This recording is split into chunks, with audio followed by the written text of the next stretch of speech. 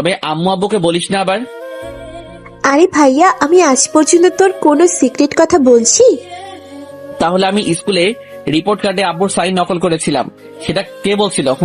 সেদিন যা ভিটামিন দিল না আমার, এখনো ভিটামিনের অভাব হয় না।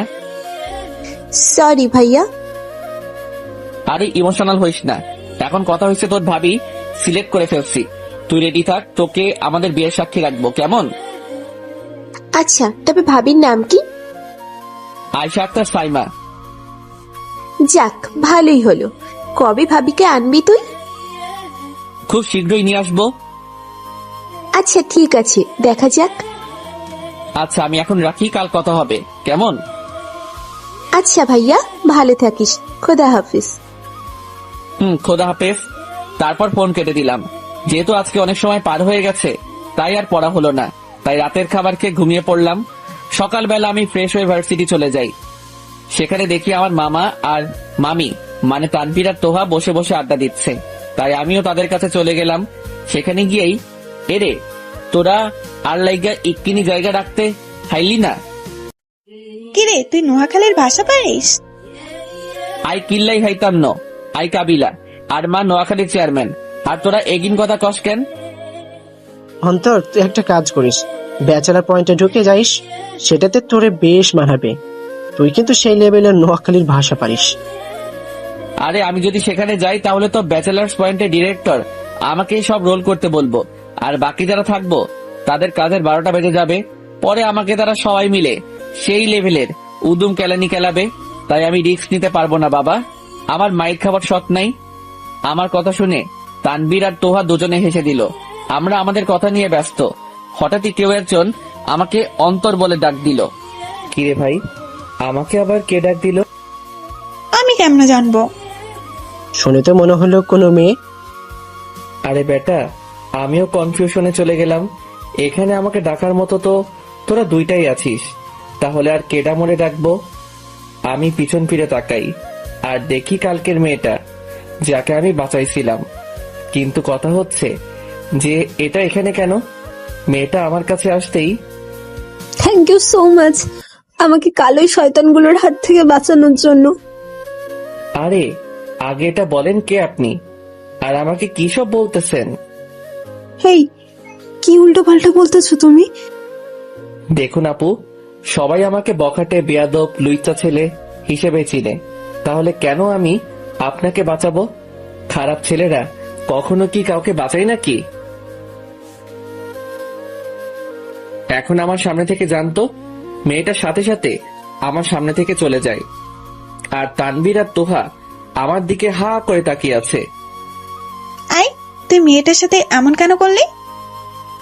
কাল রাতে মেয়েটাকে আমি কিছু ছেলেদের হাত থেকে বাঁচিয়েছি, যার জন্য মেয়েটা এখন আমার কাছে এসে আমাকে থ্যাংক ইউ বলতেছে। কিন্তু তার আগ পর্যন্ত মেয়েটা আমাকে একজন খারাপ, বখাটে, বেয়াদব ছেলে হিসেবে চিনতো। আর আমি যখন তাকে বাঁচাই তখন সে আমার সাথে কথা বলতে আসতেছে। তাই আমিও এমন করি। সে আগে অন্যদের কথা শুনে আমাকে খারাপ ভাবতো। সে একবারও আমার সত্যিটা জানতে চায়নি, যেমনটা তোহা করলো।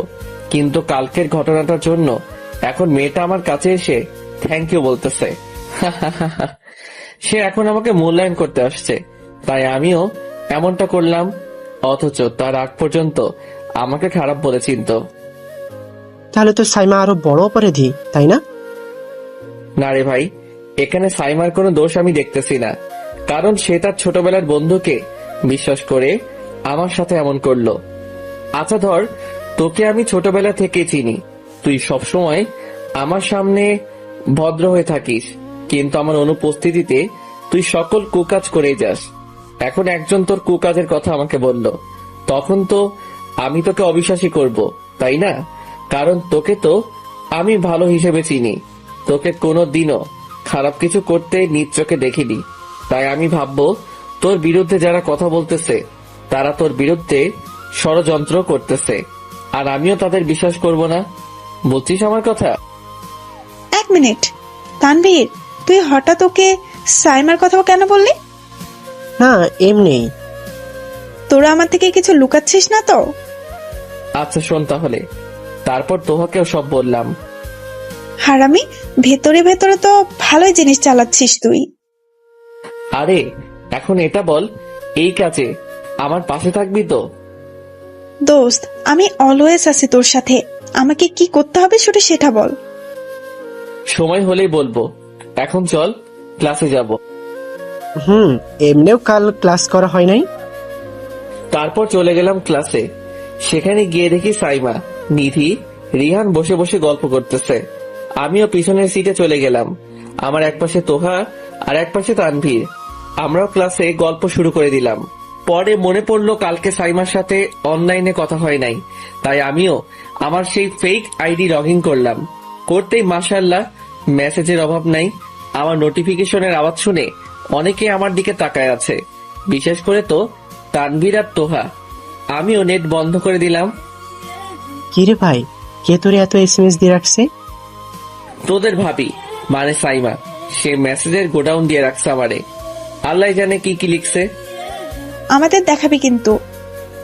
আরে দেখাবো, ক্লাস শেষ করে ক্যাম্পাসে গিয়ে আড্ডায় সব দেখাবো। আমরা কথা বলতেছি, এমন সময় স্যার আসে, তাই আমরাও কথা বন্ধ করে দেই। এরপর ক্লাসে মনোযোগ দিলাম।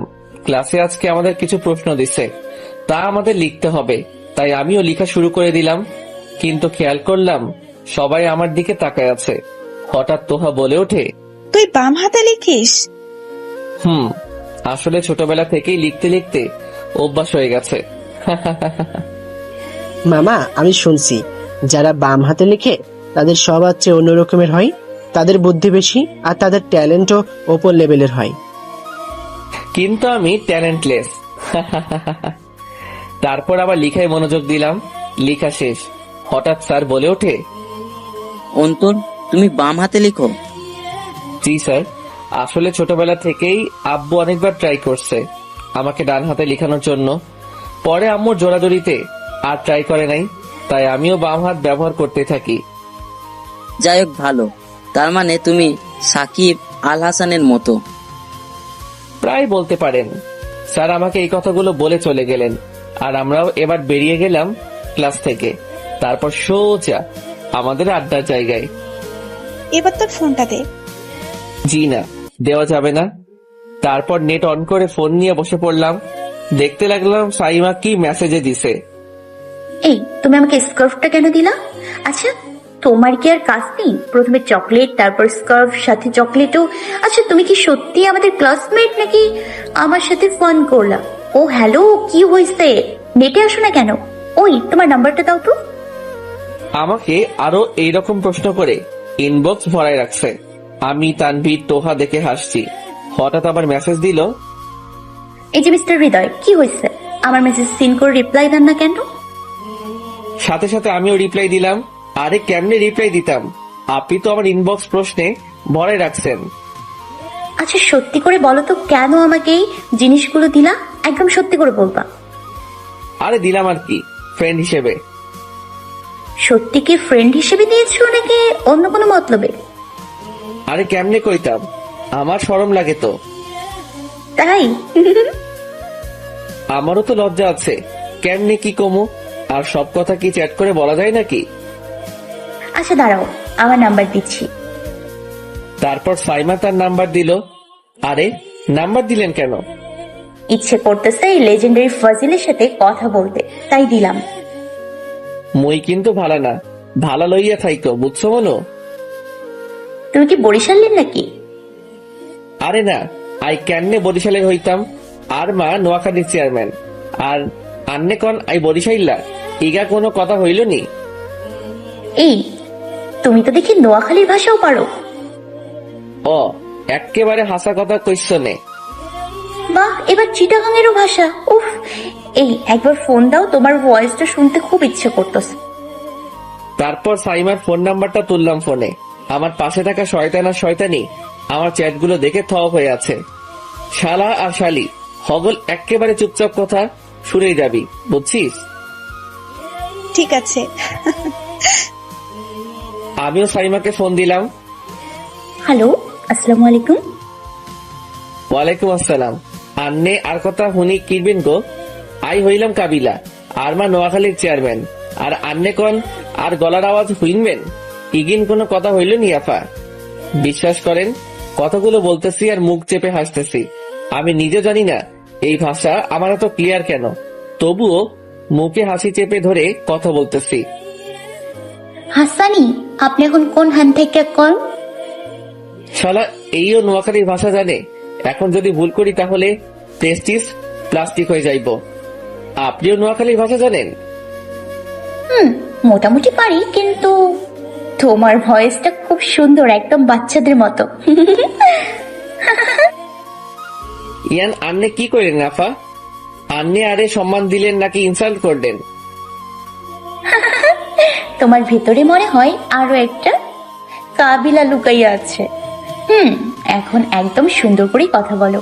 আর এটা বলো, তুমি এখন কোথায়? কেন গো আপু, আমাকে দিয়ে কি করবেন? তোমাকে আমি রোস্ট বানাই খাবো। উফ, তাই? আল্লাহ, তোমার কাছে বিচার দিলাম, নিরীহ পোলাটারে রোস্ট করার চিন্তা করতেছে। আমি যাই, রোস্ট হওয়ার শখ নাই বলে ফোনটা কেটে দিলাম। আমার কথাবার্তা শুনে পাশের দুইটা হাসতে হাসতে শেষ। মামা তুই লিজেন্ড, তার কাছেও লেজেন্ডারি ফাজিল হিসেবে পরিচয় দিলি, তোর তো জবাব নাই। ছাড়া তুই হাসতেছিস? এখন তো সে আমার ভয় শুনে নিছে, তবে আমাকে এত সহজে চিনতে পারবে না। আমিও আড়াল হয়ে তাকে ভালোবেসে যাব, আর সময় হলেই তার কাছে ধরা দিব। তবে যতদিন পুরাপুরি পটাতে পারতেছি না, তার কাছেও ধরা দিব না। কিন্তু দোস্ত, সাইমার কথাবার্তা শুনেও মনে হচ্ছে সেও তোর প্রতি ইন্টারেস্ট। দোস্ত দোয়া কর যাতে সাইমাকে আমার বউ আর তোদের ভাবি বানাতে পারি। কর্মনি, যদি আমাদের কিছু খাওয়া আসার কি? তাহলে চল ক্যান্টিনে। তাদের দুজনকে নিয়ে চলে গেলাম ক্যান্টিনে। তানভীর, তোহা বন্ধুত্ব আর সাইমাকে আড়ালে ভালোবেসে কাটিয়ে দিলাম একটা মাস। 1 মাস পর আমি সাইমার সাথে ফোনে কথা বলতেছি। হৃদয় সাহেব, 1 মাস হয়ে গেল, কিন্তু আপনার ভয়েস শুনেই আপনার সাথে কথা বলতেছি, কিন্তু আজ পর্যন্ত আপনাকে চোখে দেখি নাই। আচ্ছা, তোমার একটা ছবি দাও তো। হায় রে মেয়ে মানুষ, কয়েকদিন কথা বললাম আর তাতেই আপনি আমার থেকে ছবি চাইতেছেন? ইগিন কিন্তু ভালো ন, বইচেন নি আপা? এই শয়তান, আবার আমাকে আফার ডাকলা? তো কি বউ বলে রাখবো? জি না, সেটার অধিকার আপনি পান নাই। তবে যেদিন আপনি আমার সামনে আসবেন সেই দিন এই ব্যাপারটা নিয়ে ভাববো, বুঝেছো? হাসানি, আন্নের কথা শুনে আই শিহরিত। আচ্ছা তাই না, তাহলে যাও, কথা বলবো না। ওকে, ভালো থাকবেন। আমি তো ভালো না, ভালো লইয়াই থাইকো। খবরদার, যদি কথা বলা বন্ধ করো তাহলে আমি কিন্তু। আপনি কি করবেন আপা? কুত্তা, আবার আফা ডাকলি? উফ, একবার যদি হাতের কাছে পাই না তোকে। তাহলে কানামুখী ছায়ের মতো কাপড় কুপুস করে খাবেন আর কি, তাই না? হ্যাঁ, সেটাই করবো। আচ্ছা হৃদয়, আমি কি তোমাকে দেখতে পারবো না? একটা কথা বলি, বলো। আপনি আমাকে দেখছেন কিন্তু বুঝতে পারেন নাই ওইটা আমি। হতেও পারে, কিন্তু একদিন তোমাকে আমি ঠিক খুঁজে বের করবো। এই হৃদয়কে খুঁজে বের করা যায় না, শুধু অনুভব করা যায়। তবে আমি চাইলে আপনি আমাকে দেখতে পারবেন। প্লিজ একবার দেখাও। দেখা নিশ্চয়ই দিব, তবে সঠিক সময় হোক। আচ্ছা রাখি, পরে কথা হবে। বাই। তারপর ফোনটা কেটে দিল। এই 1 মাসে আমি সাইমার মনে নিজের জায়গা করে নিতে পারলাম। মানে হৃদয় সাইমার মনে জায়গা করে নিতে পারলো, আর অন্তরের জন্য সাইমার মনে আছে শুধুই ঘৃণা। তার কারণ হচ্ছে রিহান। সে আমাকে সাইমার সামনে আরো অনেক অপবাদ দিয়ে ছোট করে গেল। যেমন ধরুন, আমি ভার্সিটিতে গ্যাং বানাচ্ছি, তারপর আবার নিধিকে নিয়ে সেই ইপটিজিং এর কাহিনীটা করলো। তবে নিধি তার বান্ধবীকে দিয়ে কাজটা করলো। আমাকে এই ভার্সিটিতে কেউ দেখতে পারে না, শুধু কয়েকজন ছাড়া। তার মধ্যে হলো প্রিন্সিপাল স্যার, তোহা, তানভীর আর আদিত। কারণ তারা আমাকে ভালো করে চিনে। আমাকে অনেকবার তোহা বলে যে সে এই রিহান আর নিধির একটা ব্যবস্থা করবে, কিন্তু আমি বারণ করে দেই সাইমার দিকে তাকিয়ে। কারণ সে যদি জানতে পারে তারই বন্ধুরা তাকে ব্যবহার করে অন্যদের কষ্ট দিছে, তাহলে সে নিজেকে কখনোই ক্ষমা করবে না। কারণ সাইমা একটু ইমোশনাল আর অভিমানী। আমি ক্যাম্পাসে একা বসে আছি, এরই মধ্যে তোহা আসে।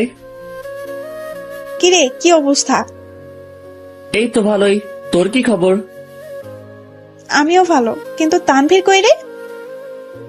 আমি কি করে জানবো সে কই? হঠাৎ তানভীর আসে। কিরে শালা, কইছিলি? আরে বেটা, ঘুম থেকে উঠতে দেরি হয়ে গেছিল। ও আচ্ছা, চল ক্যান্টিনে যাব। কিরে অন্তর, সাইমার সাথে কথা বলছিস? বলছি। সে আমাকে দেখার জন্য পাগল হয়ে আছে। তাহলে যা দেখা দে। বেচারি কিন্তু তোকে দেখার জন্য হতাশ হয়ে আছে। আর তুই জানিস সে আমাকে ক্যাম্পাসে হৃদয়কে খুঁজতে লোক লাগাইছে। সে তো আর এটা জানে না হৃদয় মানে অন্তর। তারপর চলে গেলাম ক্যান্টিনে। যা খাবি অর্ডার দে। তারপর তানভীর নাস্তা আনতে চলে গেল, আর আমি আর তোহা বসে আছি। তোহা গত পরশু যে নোট দিছে তা আছে তোর কাছে? আছে, তোর লাগলে নিবি, সমস্যা নাই তো। আমরা কথা বলতেছি আর তানভীর নাস্তা নিয়ে আসে। তারপর আমরা আমাদের খাওয়া নিয়ে ব্যস্ত। আমি হঠাৎ খেয়াল করলাম রিহান একটা ছেলেকে ঘাড় ধরে টেনে ক্যাম্পাসে ফেলে দেয়। আমি সেই সিনটা দেখে আর বসে থাকতে পারলাম না, তাই উঠে গেলাম আর চলে গেলাম সেখানে। আমি সাথে সাথে সেই ছেলেটাকে তুলে ধরি। দেখালাম ছেলেটা পড়ে যাওয়াতে হাত ছিলে গেছে। আমি ছেলেটাকে বলি, ভাই আপনি এখান থেকে চলে যান, আমি ব্যাপারটা দেখতেছি। তারপর তানভীরকে ডাক দিলাম, তানভীর এই ভাইটাকে এখান থেকে নিয়ে যা। শালা তোর কি হবে? আমার কি হবে সেটা পরে দেখিস, আর আমারটা আমি সামনে নিতে পারবো। তানভীর ছেলেটাকে নিয়ে যায় আর তোহা দাঁড়িয়ে আছে। আমি রিহানকে বলি, এই জানোয়ারের বাচ্চা, মানুষকে কি মানুষ মনে করিস না নাকি? নাকি সবগুলো তোর বাপের চাকর লাগে? মানুষটারে পাইছিসটা কি তুই? ওরে বাবারে, আইসে মানব প্রেমী। ওই ছোট লাগের বাচ্চা, এইটা আমাদের ভার্সিটি, আমরা যা ইচ্ছা করব। আর যে ছেলেটা নিজের জন্য কিছু করতে পারে না সে আসছে আবার মানব ধরেছি দেখাইতে। তোর মতো আমি নিকৃষ্ট না যে সবাইয়ের উপর নিজের জোর খাটাবো। তোর সাহস বেড়ে গেছে তাই না? তারপর গিয়ে দিলাম রিহানকে একটা লাথি। সে আমার লাথিকে ব্যালেন্স করতে না পেরে উল্টে পড়লো। আমি আবার তার কাছে চলে যাই, তারে আরো কয়েকটা কিল ঘুষি দেই, যার জন্য রিহানের ঠোঁট ফেটে গেছে। আমি আবার তার কাছে এগিয়ে যেতেই সে উঠে পালালো। তারপর আমিও সেই ভাইটার কাছে যাই। ভাই আপনি ঠিক আছেন তো? হ্যাঁ ভাই, আমি ঠিক আছি। ভাই আমি জানি আপনি অন্যদের ক্ষতি হতে দেখতে পারেন না, অন্যদের বিপদে এগিয়ে আসেন, কিন্তু এই ছেলেটার জন্য আপনাকে সবাই খারাপ হিসেবে চিনে। কিন্তু ভাই আমি আপনাকে মন থেকে রেসপেক্ট করি। আরে রাখেন তো এইসব কথা, আগে আপনার হাতে ব্যান্ডেজ করা প্রয়োজন। ভাই ক্যাম্পাসে পড়ে যাওয়ার কারণে আপনার হাত খারাপ ভাবেই ছিলে গেছে। আমি তানভীরকে বলি, তানভীর ভাইয়াকে নিয়ে যা আর হাতে ব্যান্ডেজ করে আন। আমি ভাইয়াকে তানভীরের সাথে যেতে বলি এবং সেও তানভীরের সাথে চলে যায়। আর তোহা আমাকে বলে ওঠে, তুই যে রিহানকে মারলি, এখন তো সে সাইমাকে নিয়ে আসবে। আনুক, আমিও এবার ছাড়বো না জানোয়ারটাকে। জানি, তারা যদি তোর কোনো ক্ষতি করতে আসে সেটার ব্যাকআপ আমার কাছে আছে। হঠাৎ দেখলাম রিহান আসতেছে, খেয়াল করলাম সাইমাও আসতেছে, সাথে কিছু পুলিশও। আমিও এবার বুক টান করে দাঁড়িয়ে গেলাম। সাইমা আমার কাছে আসতেই আমাকে দিল একটা ঠাস করে থাপ্পড় আর বলতে লাগে, এই বেয়াদব বখাটে, তোর সাহস কি করে হয় রিহানকে মারার? আপনার বন্ধু কি করছে সেটা জানেন? আসছেন তো তার দালালি করতে। আমার রেগে যাওয়া দেখে অনেকে অবাক। সাথে থাকা একটা পুলিশ বলে ওঠে, এই বেয়াদব ছেলে মেয়েদের সাথে এভাবে কথা বলে নাকি? আমি মেয়েদের মন থেকে সম্মান করি, কিন্তু অন্যের দালালি করা মানুষ পছন্দ করি না। আর এই যে আপু, আপনার আদরের বন্ধু কি করছে জানেন? এতদিন চুপ ছিলাম, কারণ সে আমার উপর যা করছে তা সহ্য করে নিছি। কিন্তু একজন ভাইকে কলার ধরে তাকে ক্যাম্পাসের মেঝেতে ফেলে দিল, যার জন্য তার হাত পর্যন্ত ছিঁড়ে গেল। আর আপনি আসছেন আপনার বন্ধুর দালালি করতে? অফিসার, এক্ষুনি এই বেয়াদব ছেলেটাকে নিয়ে যান। দাঁড়ান অফিসার, আগে এটা দেখুন। তারপর তোহা পুলিশকে তার ফোনে কি দেখায়। হঠাৎ পুলিশ অফিসার বলে ওঠে, এই তোমরা ছেলেটাকে নিয়ে যাও। অফিসার, আমি আপনাকে আনছি। আমার বন্ধুর সাথে অবিচার হয়েছে, তাকে নিরীহভাবে মেরেছে, আর আপনি ওকেই নিয়ে যাচ্ছেন? আপনি বলছেন ছেলেটা বিনা কারণে আপনার বন্ধুকে মেরেছে, কিন্তু আমি তো ভিডিওতে অন্য কিছু দেখলাম, তাই আমাকে আমার কাজটা করতে দিন। হঠাৎ একটা মেয়ে বলে ওঠে, বাবা উনি সে ব্যক্তি যে আমাকে রাতে বখাটে ছেলেগুলোর হাত থেকে রক্ষা করে। কি বলছিস মা? এই ছেলেটার কথা বলছিলি তুই? আমি মেয়েটাকে দেখে হা হয়ে গেলাম। এটা তো দেখি ওই মেয়েটা যেটাকে আমি ওই রাতে বাঁচিয়েছিলাম। হ্যাঁ বাবা উনি। অফিসার আমার কাছে এসে বলতে লাগে, বাবা ধন্যবাদ তোমাকে আমার মেয়েটাকে বাঁচানোর জন্য। এই আপুটা আপনার মেয়ে? হ্যাঁ বাবা, আশা আমারও মেয়ে। তাহলে এই মেয়েটার নাম আশা? আরে স্যার, এটা তো আমার কর্তব্য ছিল। আচ্ছা বাবা, আমাকে যেতে হবে। আর আশা থেকে আমার নাম্বারটা নিয়ে নিও। যদি কোনোদিন কোনো বিপদে পড়ো আমাকে একটিবার কল করিও। আচ্ছা স্যার। চলে তাহলে, ভালো থেকো। জি, খোদা হাফেজ। তারপর অফিসার রিহানকে নিয়ে যেতে লাগে। আমার তো মনে অনেক আনন্দ এখন, কিন্তু সাইমার মন খারাপ হয়ে গেল। সে মন খারাপ করে চলে যেতে লাগলো। আমিও তা খেয়াল করলাম, তাই চিন্তা করলাম রিহানকে ছেড়ে দেই। আমি আশাকে বলি, আপু কষ্ট করে স্যারের নাম্বারটা দেন তো। এই নাও। আমিও স্যারের নাম্বারটা আমার ফোনে তুলে নিলাম আর কল দিলাম। হ্যালো, আসসালামু আলাইকুম। ওয়ালাইকুম আসসালাম। কে বলছেন? স্যার আমি অন্তর, যার সাথে আর একটু আগে কথা বলছেন। ও তুমি বাবা, কেন ফোন দিলে? আসলে স্যার আপনি রিহানকে ছেড়ে দিন, আমার তার প্রতি কোনো অভিযোগ নেই। কি বলতেছো তুমি? প্লিজ রিহানকে ছেড়ে দিন। ঠিক আছে তুমি যা বলো, তবে একটা কথা, আমাকে ছাড় বলা বন্ধ করে আঙ্কেল ডাকা শুরু করো, না হলে ওকে আমি ছাড়ছি না। আচ্ছা আঙ্কেল, এবার তো ছেড়ে দিন। আচ্ছা ঠিক আছে, রাখি। আমিও এবার এক কোণে চলে যাই, গিয়েই সাইমাকে ফোন দেই। হ্যালো। রিহান ছাড় পেয়ে গেছে, এবার একটু হাসুন আপা বনি। কি, পুলিশ রিয়ানকে ছেড়ে দিয়েছে? জি গো আপামনি, আপনার দিকে তাকাইয়া আমি আপনার বন্ধুরে ছাড়া পাওয়াই দিছি। Hriday, thank you so much. Welcome. সব সময় হাসি খুশি থাকার চেষ্টা করবা, হ্যাঁ? ফোন কেটে দিলাম। আমি জানি এখন সাইমা ম্যাডাম আমার উপর থ্যাংক ইউ এর বৃষ্টি করবে, তাই ফোনটা কেটে দেওয়াই ভালো। আমি একটু পেছনে ফিরতেই দেখলাম আশা আমার দিকে তাকিয়ে আছে। সে বলে ওঠে, কার সাথে কথা বলতেছিলে? আমি একটা ফ্রেন্ডের সাথে কথা বলতেছিলাম। কিন্তু কেন আপু? এই তুমি আমাকে আপু ডাকতেছো কেন? আমার কি নাম নাই নাকি? আরে আপনাকে আপু ডাকলাম সেটাও ভালো, আপনাকে এক্সট্রা সম্মান দিলাম। কিন্তু আপু, আপনি ওই সময় এমন কেন বললেন আপনার বাবাকে যে আমি আপনাকে ওই রাতে ছেলেগুলোর হাত থেকে বাঁচাইছি? ওই রাতের ঘটনাটা আমি বাবাকে বলেছিলাম। বাবা তোমার সাথে দেখা করতে অনেকবার ভার্সিটি আসে, কিন্তু তোমাকে পাই কোথায় সেকেন্ডে সেকেন্ডে তুমি গায়েব হয়ে যাও। কিন্তু আজ যদি এটা না বলতাম তাহলে আমার বাবার সামনেও তুমি খারাপ হয়ে যেত, তাই আমি কথাগুলো বললাম। আচ্ছা থ্যাংক ইউ, আর সরি ওই দিনের ব্যবহারের জন্য। It's okay. আচ্ছা আমি কি তোমাদের বন্ধু হতে পারি? না মানে এখনো বেশিরভাগই আমাকে খারাপ হিসেবে চিনে, আর আপনি যদি আমার সাথে বন্ধুত্ব করেন তাহলে আপনার চরিত্র নিয়ে কথা উঠবো, তাই আমার সাথে না মেশাটাই ভালো। জি না, আমি তোমাদের সাথে বন্ধুত্ব করবই, বিশেষ করে তোমার সাথে। এখন বন্ধু বানাবা নাকি সেটা বলো। As you wish. তাহলে চলো তোমার বন্ধুদের সাথে আমাকে মিট আপ করাও। ওকে চলেন। অন্যদিকে এই শালা অন্তরটার জন্য আমি সাইমার সামনে খারাপ হয়ে গেলাম। এখন নিশ্চয়ই আমাকে সাইমা খারাপ ভাববে। না, আমাকে কিছু একটা করতে হবে। এই অন্তরকে টাইট দিতে হবে।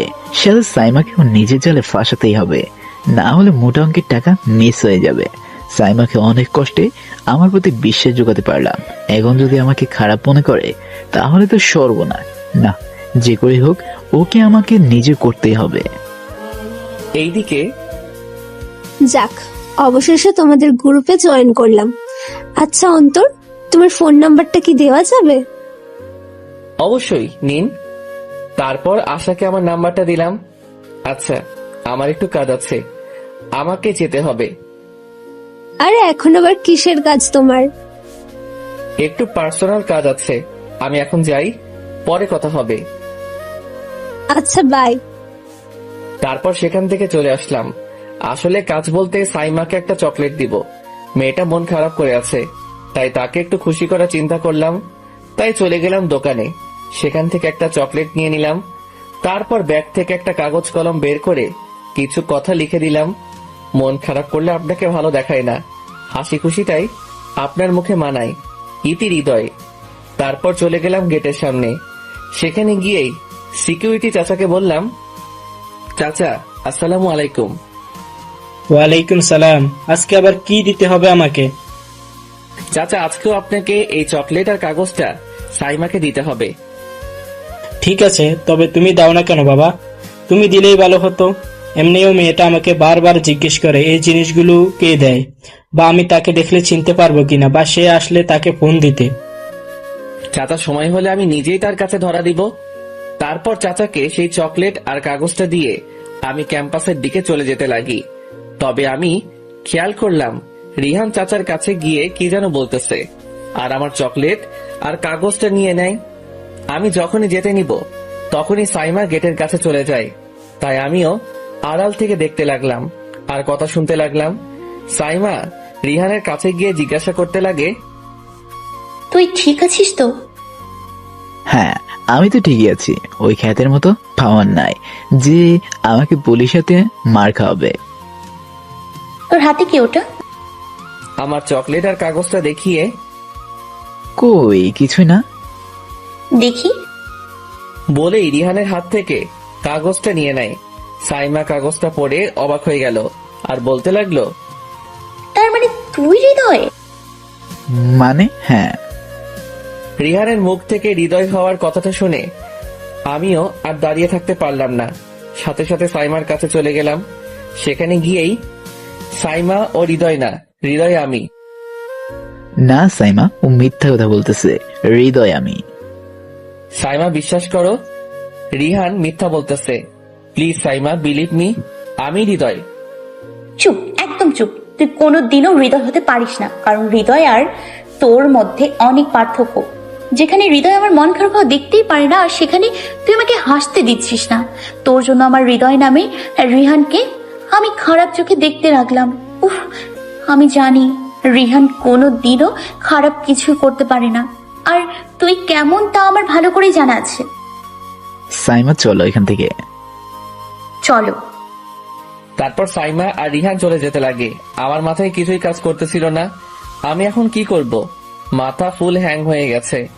রিহান সাইমাকে নিয়ে যেতে লাগে আর পিছন ফিরে একটা হাসি দেয়, যা দেখে আমার মাথা খারাপ হয়ে যায়। এতদিন আমি সাইমাকে হৃদয় সেজে তার খেয়াল রাখলাম, কিন্তু আজ অন্য একজনের হৃদয় নামটা আমার থেকে কেড়ে নিল। আমি বসে বসে চোখের পানি ঝরাচ্ছি। রিহান আমার সাথে এমনটা করলো না, এই জানোয়ার কোনোভাবেই আমার থেকে সাইমাকে কেড়ে নিতে পারবে না। আমি এই রিহানকে ছেড়ে দিব না। এক সপ্তাহ ধরে আমি সাইমার পিছে পড়ে আছি। তাকে অনেকবার বোঝানোর চেষ্টা করলাম আমি তার হৃদয়, কিন্তু সে আমার কথায় কান্না দিয়ে সে জানোয়ার রিহানকে বিশ্বাস করে বসে আছে। আমি রিহানকে পেলাম, তাই আমি তার কলার ধরে ক্যাম্পাসের একটা নির্জন জায়গায় নিয়ে যাই আর বলতে লাগি, এই কুত্তার বাচ্চা, কি মনে করিস তুই? তুই নিজেকে হৃদয় বলে তো পরিচয় দিলি, কিন্তু হৃদয় সম্পর্কে কি জানিস তুই? সময় থাকতে সাইমাকে সত্যটা বল, না হলে তোর অস্তিত্ব মিটাই দিব। কিছুই করতে পারবি না তুই। আমাকে কিছু করলে সাইমা তোকে ছাড়বে না। কেউ আমাকে মারলে সাইমা তোকেই ধরবে, কারণ সাইমা জানে আমার আর তোর পিছে তুই পড়ে আছিস। আর সাইমার কথা বাদ দে, কারণ সাইমাকে তো আমার চাই, সে কোনো মূল্যেই হোক। রিহান, কাজটা ভালো হচ্ছে না। দেখ ভাই, আমি সাইমাকে নিজের চাইতেও বেশি ভালোবাসি, তাই প্লিজ আমি তোর কাছে হাত জোর করে বলছি, প্লিজ সাইমাকে সত্যটা বলে দে। সত্য তো কোনোদিনও বলবো না। বলে আমাকে ধাক্কা মেরে নিজেকে ছাড়িয়ে নিল। রিহান বুক ফুলিয়ে যেতে লাগে আর বলতে লাগে, সাইমার কথা ভুলে যা, কারণ আমি সাইমাকে চাই, যে করে হোক তাকে তো আমার করেই ছাড়বো। সন্ধ্যাবেলায় আমি সাইমার বাসার সামনে গেলাম। দেখলাম সাইমার বাসা খুব সুন্দর করেই সাজানো হচ্ছে। আমি সেখানে গিয়ে দারোয়ানকে জিজ্ঞাসা করলাম, চাচা বাড়ি এভাবে সাজাচ্ছে কেন? আরে কাল সাইমা মামুনির বিয়ে, তাই আজ সুন্দর করে বাড়িটা সাজানো হচ্ছে। দারোয়ানের কথাটা শুনে মনে হলো কেউ আমার কলিজায় ছুরি ঢুকিয়ে দিল। আমিও এবার ডাইরেক্ট বাড়িতে ঢুকে যাই আর সাইমা সাইমা বলে চিৎকার করতে লাগি। আমার চিৎকার শুনে বাড়ির সবাই বেরিয়ে আসে আর আসতে আমাকে বলতে লাগে, এই ছেলে, এভাবে সাইমাকে ডাকছো কেন? কে তুমি? আঙ্কেল প্লিজ আপনি সাইমাকে ডাকুন, ও আমাকে চিনে। কিছুক্ষণ পরে সাইমা আসে আর এসেই, এই বেয়াদব ছেলে, তোকে মানা করেছি না আমার আশেপাশে না যেতে? সাইমা প্লিজ আমার কথাটা শুনো, আমি তোমার হৃদয়, প্লিজ একটিবার আমাকে বিশ্বাস করো।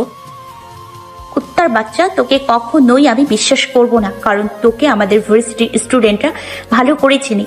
এক্ষুনি আমার বাড়ি থেকে বের হ। সাইমা প্লিজ কথাটা শুনো। কিছুক্ষণ পরে রিহান আসে আর বলে, দারোয়ান, এই ছোট লোকের বাচ্চাটাকে কে বাড়িতে ঢুকতে দিছে? এক্ষুনি বের করো এই ছোট লোকের বাচ্চাটাকে। দারোয়ান এসেই আমাকে টানতে টানতে বাড়ি থেকে বের করতে লাগে। সাথে সাইমা আর রিহানও বাহিরে আসে। আমাকে বাড়ির বাহিরে আনতেই বলতে লাগি, আমিও দেখব এই বিয়েটা কি করে হয়। এই বিয়েটা আমি ভাঙবই, যে করি হোক। সাইমা প্লিজ আমার কথাটা শুনো। কি বলবি তুই? তুই বলবি তুই হৃদয়, তাই না? শোন, তুই হৃদয় কোনো দিনও হতে পারিস না। আর যদি এই বিয়েটা ভাঙিস তাহলে আমি আত্মহত্যা করব, যার মৃত্যুর জন্য তুই দায়ী থাকবি। তাই বলছি আমার পেছনে পড়া বন্ধ কর। আর যদি এই বিয়েটা ভাঙে তাহলে আমি ওই পৃথিবীতে থাকবো না। আর দূর হ আমার চোখের সামনে থেকে। আমি সাইমার মুখে আত্মহত্যার কথা শুনে ভয় পেয়ে গেলাম, কারণ মেয়েটা যদি সেটা করে তাহলে আমি কোনোদিনও নিজেকে ক্ষমা করতে পারবো না। এই ছোট লোকের বাচ্চাটাকে এখনই ঘাট ধরে বের করে দাও। দারোয়ান সাথে সাথে আমাকে ঘাট ধরে বের করে দেয় আর আমিও রাস্তায় হামাগুড়ি দিয়ে পড়ে যাই।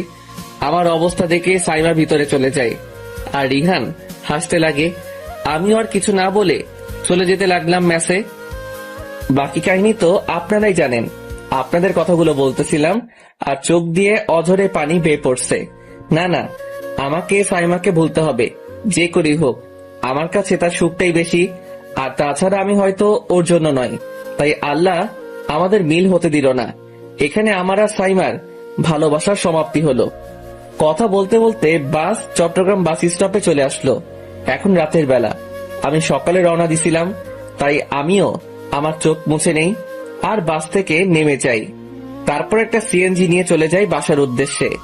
তারপর বাসার সামনে পৌঁছে যাই আর সিএনজি ভাড়া দিয়ে দেই। আমাদের বাড়িটা দোতলা বাড়ি। আমি বাড়ির গেটের সামনে যাই, তারপর গেট খুলে ভিতরে ঢুকি। তবে এখন তাদের সামনে মন ভার করা যাবে না, তাই মুখে একটা মিথ্যা হাসি দিলাম আর দরজার বেলে ক্লিক করলাম। সাথে সাথে একজন বলে ওঠে, কে? আমার বুঝতে বাকি রইল না, এটা আমার আদরের ছোট বোন তিহা। আমি গো আফা, আন্নে গো মুড়ি দোকানদার। তিহা দরজা খুলে আর আমাকে দেখে চমকে ওঠে, সাথে সাথে চিৎকার দিয়ে ওঠে, ভূত! তিহার চিৎকার শুনে আমি কানে হাত দিয়ে দিলাম দৌড়, কারণ তিহা একটু জোরে চিৎকার দিছে। সেই জায়গায় অন্য কেউ থাকলে তার কান ফেটে যাইত। এই তিহা, চিৎকার দিচ্ছিস কেন? আম্মু, ভাইয়ার ভূত এখানে। আম্মা জান, তোমার মায়ের চিৎকার শুনে আমি কেন ভূত হার্ট অ্যাটাক করবো? আব্বু তুই? জি আম্মা জান। আব্বু তুই হঠাৎ এখানে? কেন আম্মু, আসতে পারবো না নাকি? আরে আব্বু, আগে ভেতরে আয়। তারপর ভিতরে গেলাম, গিয়েই আগে তিহার চুল টান দিয়ে ধরে বললাম, এই শয়তানি এত জোরে চিৎকার দেয় নাকি? ভাইয়া আমি ব্যথা পাচ্ছি, আর আমি হঠাৎ করে তোকে দেখছি তো তাই, কিন্তু তুই হঠাৎ আসলি সেটা বুঝলাম না। আরে আসলাম আর কি। কিরে হারামজাদা, কি খবর তোর? জি আব্বু ভালো, তোমার কি খবর? এই তো ভালো আছি, যা ফ্রেশ হয়ে আয়, একসাথে খাবার খাবো। ওকে। তারপর চলে গেলাম রুমে। সেখানে গিয়ে ব্যাগ রেখে চলে গেলাম ফ্রেশ হতে। কিন্তু বারবার সাইমার কথা মনে পড়তে থাকে। কোনো মতে কষ্ট করে তার কথা মন থেকে সরিয়ে নিলাম আর চলে গেলাম নিচে। নিচে গিয়ে দেখি আম্মু খাবার টেবিলে আনতেছে। আমিও টেবিলে গিয়ে বসে পড়ি। তারপর বাকি সবাই টেবিলে এসে বসে আর খাবার খেতে শুরু করে। হঠাৎ আব্বু বলে ওঠে, হঠাৎ এখানে আসলি যে? এমনি আসলাম, নাকি ওই দিনই শেষ বিদায় দিয়ে দিছিলা? উল্টাপাল্টা কথা বলিস কেন? এটা তো তোর বাড়ি, তুই যখন খুশি আসতেই পারিস। আচ্ছা, এখন এই টপিক বাদ দাও। তারপর রাতের খাওয়া দাওয়া শেষ করে চলে গেলাম রুমে। সেখানে গিয়ে জানালার পাশে বসে পড়ি। হঠাৎ তিহা আমার রুমে আসে আর বলে, ভাইয়া কি করিস? লুঙ্গি ড্যান্স করি। কেন, দেখিস না কি করি? তিহা আমার পাশে এসে বসে আমাকে বলতে লাগে, কি রে ভাইয়া, তোকে মন মরা দেখাচ্ছি কেন? কই মন খারাপ? দেখ ভাইয়া, তোকে দেখে বোঝাই যাচ্ছে তোর মন খারাপ, কিন্তু কেন তা জানি না। আচ্ছা ভাইয়া, সাইমা ভাবির কি খবর? তিহার মুখ থেকে সাইমার নামটা শুনে আমার মন আরো খারাপ হয়ে গেল। প্রায় চোখে পানি চলে আসছে, কিন্তু কোনো মতে তা আটকে রাখি। জানিস তিহা, আমি না বামন হয়ে চাঁদে হাত দিতে চেয়েছিলাম, তাই সে চাঁদটা পেলাম না। মানে? তিহা, সে আমার জন্য নয়, সে অন্য কারো হয়ে গেল বলে আর চোখের পানি আটকে রাখতে পারলাম না। তিহাকে ধরেই কান্না করে দিলাম। আসলে কষ্ট তো তখনই লাগে যখন নিজের ভালোবাসার মানুষটা অন্য কারো হয়ে যায়, আর আপনাকে তা শুধু দেখে যেতেই হয়, কিছু করতে পারেন না। এই ভাইয়া, কান্না করছিস কেন? থাক ভাইয়া, বাড়তে তাকে। হয়তো সে তোর জন্য নয়, তাই তোদের মিল হলো না। কিন্তু ভাইয়া, এভাবে ভেঙে পড়লে তো আর হবে না। ভাইয়া শোন, হয়তো আল্লাহ তোর জন্য তার থেকে ভালো কিছু রেখেছে। ভাইয়া কান্না করিস না। কিন্তু আমার চোখের পানি কোনো মতেই থামতে চাচ্ছে না। এই ভাইয়া, এবার কিন্তু আমিও কান্না করে দিব। কান্না থামাতো।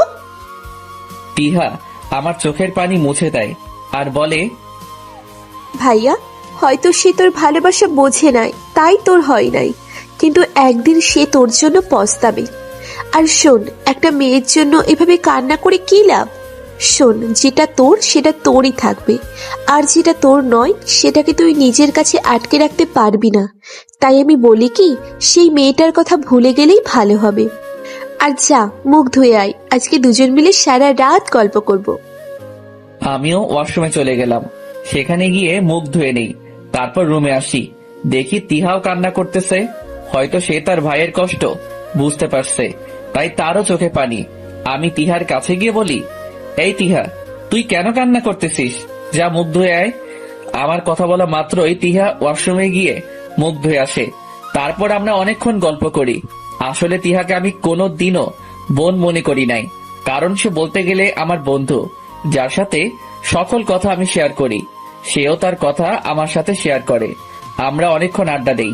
তারপর তিহা চলে যায় তার রুমে, আর আমিও আমার খাটে উঠে শুয়ে পড়ি। কিন্তু চোখে ঘুম নেই।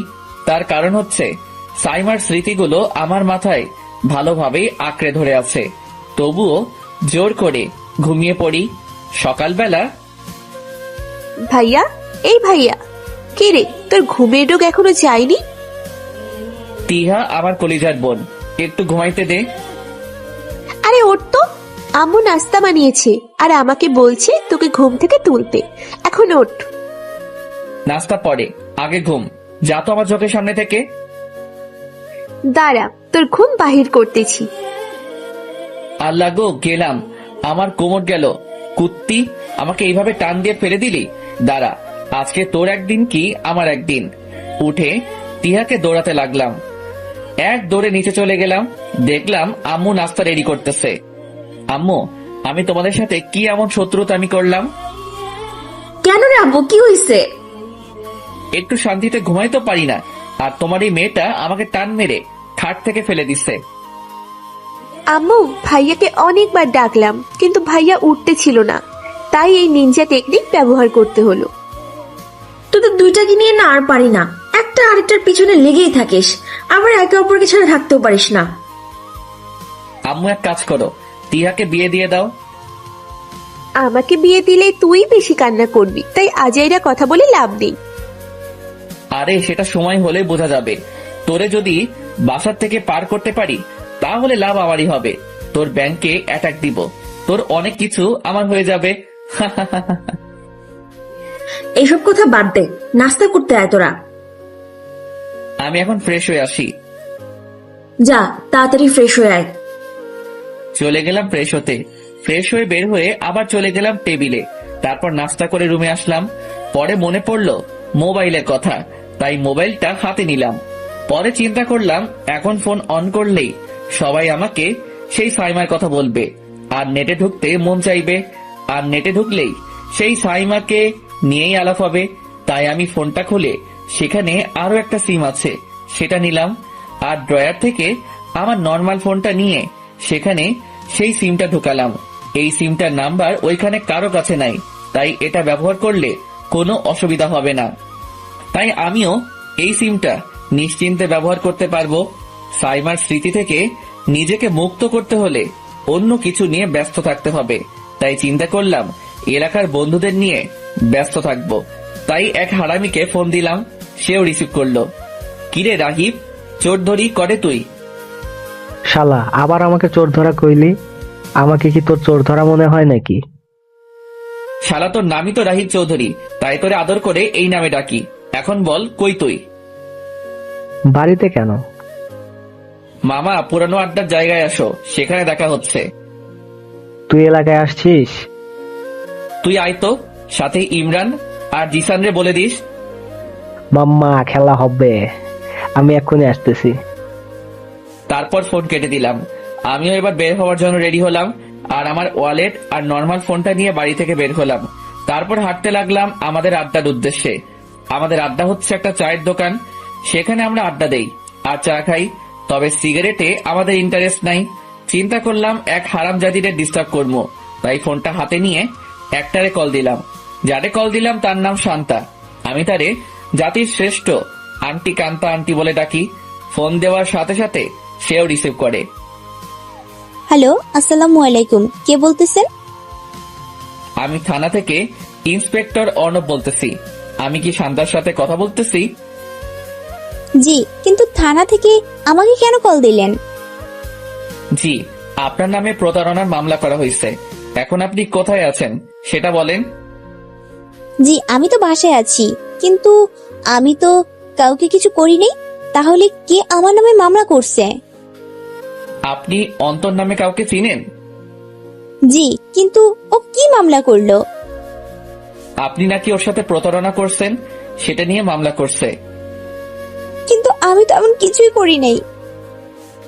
আমি আপনাদের বাড়িতে পুলিশ পাঠাচ্ছি আপনাকে গ্রেফতার করার জন্য। যা বলার থানায় বলবেন। প্লিজ আপনি একটু অপেক্ষা করুন, আমি অন্তরের সাথে একটু কথা বলে নিই। আচ্ছা বলেন, কিন্তু তাড়াতাড়ি, না হলে আপনাকে আমার সময় নষ্ট করার জন্য জরিমানা দিতে হবে। কিছুক্ষণ পর, এই যে মিস, কি হলো, কথা হইছে? ওর ফোন বন্ধ। আপনি আমার সময় নষ্ট করলেন, এখন 1000 টাকা জরিমানা দিতে হবে। আপনি যদি জরিমানা দিতে পারেন তাহলে আপনাকে পুলিশ নিতে আসবে না, আর যদি না দেন তাহলে কপালে দুঃখ আছে। জরিমানা কি করে দিব? আমি বিকাশ নাম্বার দিচ্ছি, সেটাতে দেন। তারপর বিকাশ নাম্বার দিলাম। জি স্যার, টাকা গেছে। বান্ধবী, থ্যাঙ্কস। আজকে এই টাকা দিয়ে পার্টি করব। ভালো থাকিস, কেমন? জি, আপনি আমাকে কি বলে ডাকলেন? খান্তা আন্টি, আল্লাহ তোরে ভালো একটা জামাই দেখ, দোয়া করলাম। অন্তর, তুই আমারে বহুত ভাবে লুট করছিস, এখন আমিও কামের কাম করলাম। ভালো থাকিস।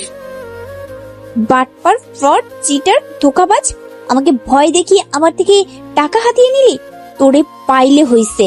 তুই জানিস আমি কত ভয় পাইছি? তো আই কিতাম, আমার টাকার দরকার, আমি টাকা নিলাম। কার কি হয়েছে তা আমি জেনে কি করব? আল্লাহ তোর বিচার করুক। তোর মতো আস্ত একটা ফাজিল দুনিয়ায় এসে এই দুনিয়াটারে শেষ করে দিল।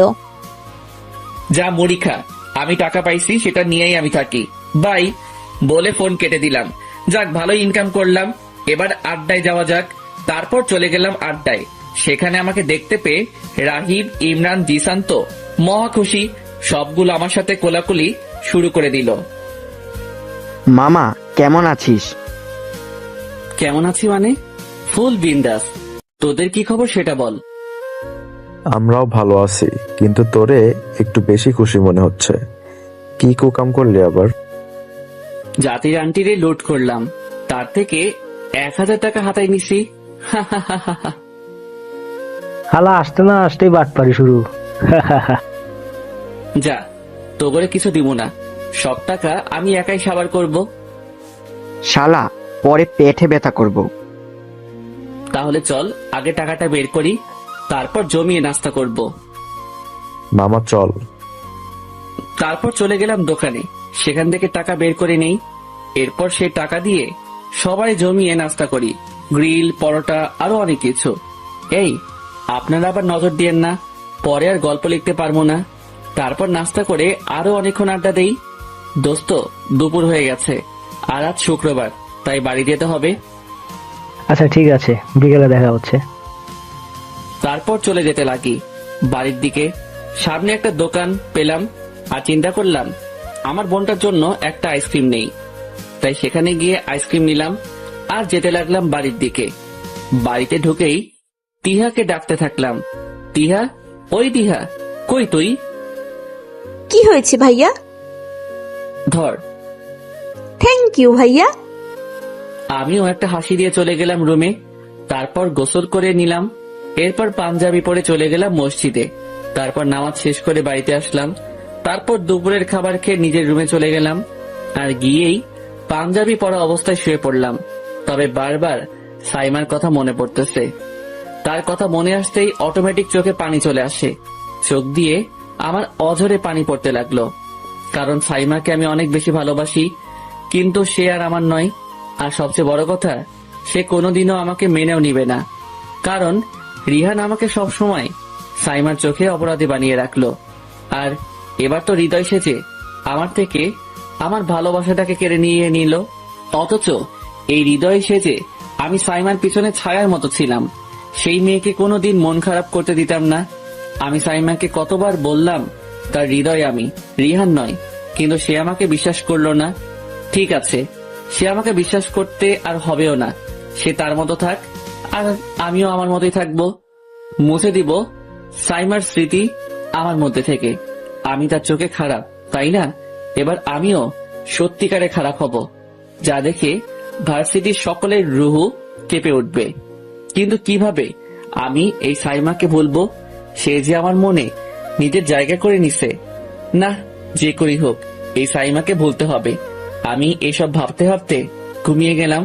সন্ধ্যায় আমার ঘুম ভাঙে, আমিও উঠে পড়ি আর ফ্রেশ হতে চলে যাই। আমি খেয়াল করলাম আমার চোখ লাল হয়ে আছে। তবে আমি আরো একটা জিনিস লক্ষ্য করলাম, আমার চোখ যখন লাল দেখায় তখন আমাকে দেখতে ভয়ঙ্কর লাগে। মনে হয় আমার মধ্যে কোনো রাগী একজন লুকিয়ে আছে। আমি মুখ ধুয়ে বাথরুম থেকে বের হয়ে জানালার কাছে চলে যাই। সেখানে দাঁড়িয়ে আছি, হঠাৎই কেউ একজন পিছন থেকে আমাকে বালিশ দিয়ে মারে। কুত্তা, বাটপার, ফ্রড, হারামি। সে এই কথাগুলো বলতেছে আর আমাকে বালিশ দিয়ে মারতেছে। শান্তা, আরে ব্যথা পাইতেছি তো। আমার সাথে বাটপারি করার সময় মনে ছিল না? তুমি মনে হয় আমারে এমনি ছেড়ে দিছিলা, এখন আমিও তোমার টাকা মারছি, হিসাব ক্লিয়ার। বালিশ দিয়ে মারা থামিয়ে। তুই জানিস আমি কতটা ভয় পাইছি? তো আই কিতাম। তোর কিছু করতে হবে না, আমিই করতেছি বলেই আমি কিল ঘুষি দেওয়া শুরু। শান্তা, ব্যথা পাইতেছি। তো আই কিতাম। কিছুক্ষণ মারার পরে ছেড়ে দেয় আর বলে, যা, ছেড়ে দিলাম তোকে, কিন্তু হঠাৎ এলাকায় আসলি যে? এই এলাকা কি তোর শ্বশুরের নাকি যে আমি আসতে পারবো না? আমার ইচ্ছা হয়েছে তাই আসলাম, কিন্তু তুই আমার বাসায় কখন আসলি? দুপুরে আন্টি ফোন দিছিল, উনি বলছে তুই নাকি আসছিস, তাই আমিও বিকালে তোর বাসায় আসছিলাম। মনে করলাম তোর সাথে গল্প করব, কিন্তু তুই তো ঘুমের দেশে চলে গেছিস, তাই আর ডিস্টার্ব করি নাই। আচ্ছা দাদা, আমি পাঞ্জাবিটা খুলে গেঞ্জি পরে নেই, তারপর নিচে যাব। আমি বাথরুমে গিয়ে পাঞ্জাবি খুলে টি শার্ট পরে নেই, তারপর বলি চল নিচে যাব। চল। তারপর আমরা নিচে গেলাম। সেখানে শান্তার মা আর শান্তার বোনকে দেখলাম। আমি সেখানে গিয়ে সালাম দিলাম। আসসালামু আলাইকুম আন্টি, কেমন আছেন? এই তো ভালো, তুমি কেমন আছো? জি আন্টি, আমিও ভালো আছি। তারপর সেখানে বসে নাস্তা করতে করতে তাদের সাথে অনেকক্ষণ আড্ডা দিলাম। আচ্ছা ভাবি, আজ তাহলে আমরা আসি, অনেক রাত হয়ে গেছে। আরে রাতের খাবারটা খেয়ে যান। আজ না, অন্য কোনো দিন। আজ তাহলে আসি। আচ্ছা ঠিক আছে। তারপর আম্মু আমাকে বলে, অন্তর, ওনাদের বাড়ি পর্যন্ত দিয়ে আয়। জি আম্মু। তারপর তাদের নিয়ে বাড়ি থেকে বের হলাম আর চুপচাপ তাদের সাথে যেতে লাগলাম। তারপর শান্তাদের বাড়ির সামনে চলে আসি। অন্তর, চলো আজকে আমাদের সাথে রাতে খাবার খাবে। না আন্টি, অন্য কোনো দিন, আজ আমার কাজ আছে। আম্মু, তোমরা ভিতরে যাও, আমার অন্তরের সাথে কিছু কথা আছে। আচ্ছা ঠিক আছে। তারপর শান্তার মা আর বোন চলে যায়। এরপরে শান্তা বলে ওঠে, এই, তোর কি হয়েছে বলতো? কই কিছুই তো হয় নাই। দেখ, কিছু তো একটা হয়েছে, নইলে তুই আমাকে এইভাবে শান্তিতে থাকতে দিতি না। বলতো কি হয়েছে তোর? মন মরা কেন তুই? আরে আমি ঠিক আছি, শুধু মাথা একটু ব্যথা করতেছে আর কি। আচ্ছা তাহলে বাড়ি যা আর গিয়ে রেস্ট নে। আচ্ছা তাহলে পরে কথা হবে, বাই। বাই।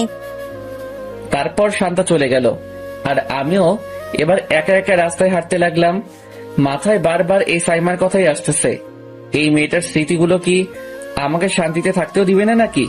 কেন আমার মস্তিষ্কে তার স্মৃতিগুলো আঁকড়ে ধরে আছে? আর কিছুই ভালো লাগতেছে না। যখনই এই মেয়েটার কথা মনে আসে, অজান্তেই আমার চোখ দিয়ে পানি পড়তে লাগে। নির্জন রাস্তায় আমি একা একা হাঁটছি আর চোখের পানি ফেলছি। আজ সত্যি কলিজাটা ফেরে যাচ্ছে, কিন্তু আমার কষ্ট বোঝার মতো এখন কেউ আমার পাশে নেই। হাঁটতে হাঁটতে আরো এক নির্জন জায়গায় চলে গেলাম, তবে সেদিকে আমার খেয়াল নেই। হঠাৎ একজন আমাকে এসে বলে, এই যা আছে সব বের কর, না হলে ছুরি পেরে ঢুকিয়ে দেবো। আমিও আমার পকেট থেকে সুন্দর করে আমার নর্মাল ফোন আর মানিব্যাগটা বের করে দিয়ে দেই। এরপর আবার হাঁটতে লাগি। এখন আমার এমন অবস্থা হয়ে গেল যে কেউ আমাকে যদি মেরেও ফেলে, আমি তার দিকে ফিরেও তাকাবো না। সে ছেলেটা আবার আমার কাছে আসে আর আমার সামনে দাঁড়িয়ে যায়। তাকে বলি, দেখেন ভাই, আমার কাছে আর কিছুই নেই, যা ছিল সব দিয়ে দিছি, এবার আমাকে একা ছাড়েন। কিন্তু ছেলেটা আমার সামনেই দাঁড়িয়ে আছে। ভাই বললাম তো, আমার কাছে আর কিছুই নেই, শুধু একটা ভাঙা মন আছে, সেটা নিবেন? যদি নিতে চান নিয়ে যান, আমি আপনাকে কিছুই বলবো না।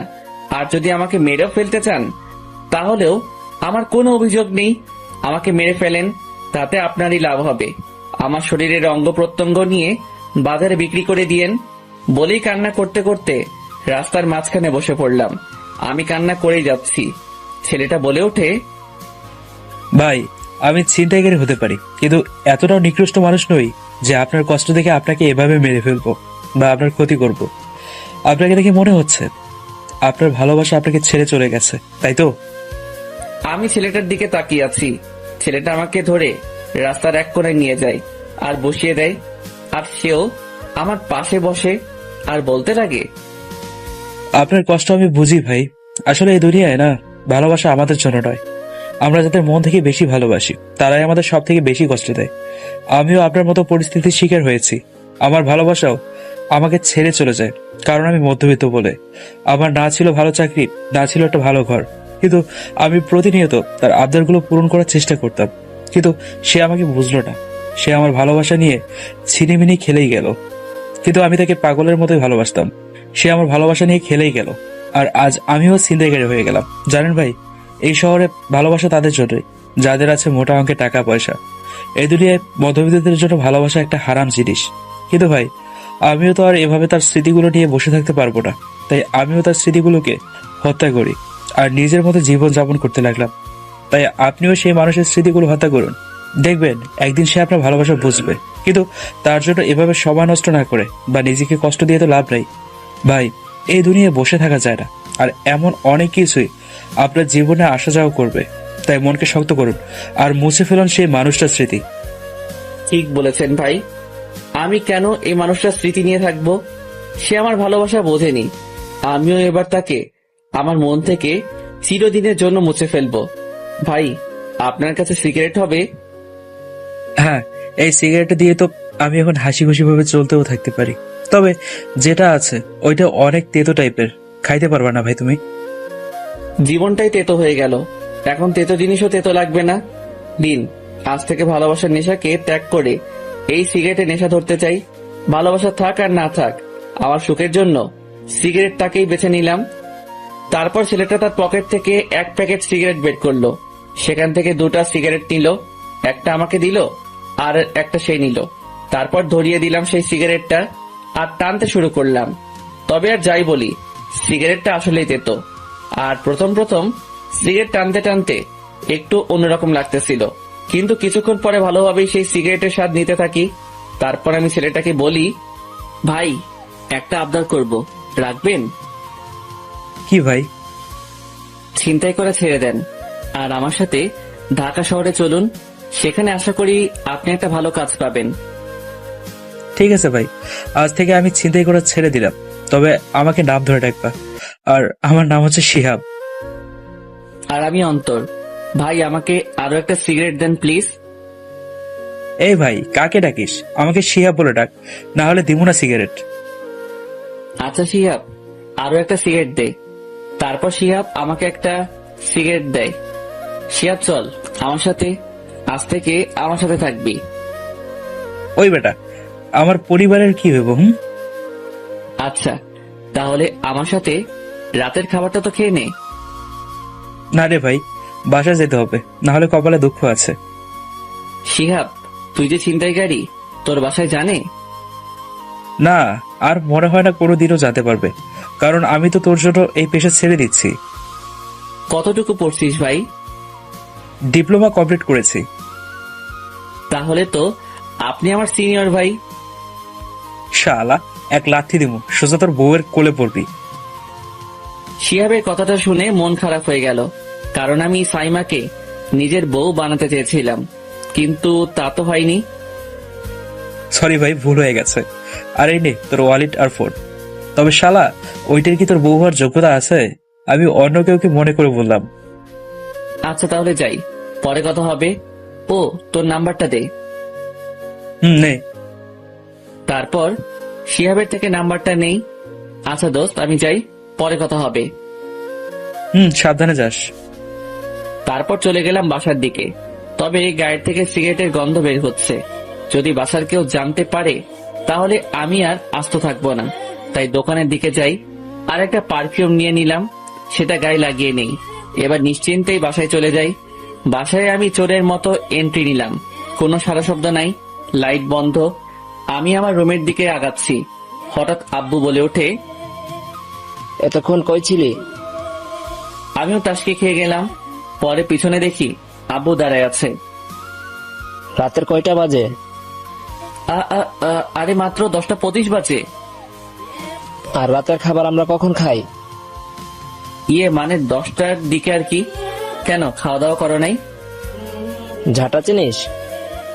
আরে চিনবো না, এটা দিয়েই তো আমুর হাতে মাইর খাও। হারামজাদা, তোর একদিন কি আমার একদিন। বলে দিল দৌড়ানি। আমিও এক দৌড়ে রুমে চলে গেলাম। রুমে গিয়ে দরজা বন্ধ করে দিলাম, আর আব্বু বাহিরের থেকে বলতে লাগে, হারামজাদা, ফোন বন্ধ কেন তোর? আরে আব্বু, আমার কাছে নর্মাল মোবাইলটা ছিল, অ্যান্ড্রয়েডটা নষ্ট হয়ে গেছে। তোর জন্য আমরা কেউ খাই নাই, আর তুই বাইরে ফুর্তি করে বেড়াচ্ছিস। সাথে সাথে আমিও রুম থেকে বেরিয়ে বলতে লাগি, তোমরা খাও নাই? না, তোর জন্য সবাই অপেক্ষা করছে, তাড়াতাড়ি মুখ ধুয়ে আয়। আচ্ছা। তারপর চলে গেলাম ওয়াশরুমে, আর ফ্রেশ হয়ে নিচে চলে আসলাম। এসেই আম্মু বলতে লাগে, কি রে আব্বু, তুই তো জানিস আমরা সবাই একত্রে খাওয়া দাওয়া করি, তাহলে এমন করলি কেন? খেয়ে বের হতি। সরি আম্মু। তারপর আমরা রাতের খাবার খেয়ে নিই, এরপর রুমে চলে যাই। সেখানে গিয়ে রুমের দরজা বন্ধ করে পকেট থেকে সিগারেট ধরিয়ে দেই, আর টানতে লাগলাম।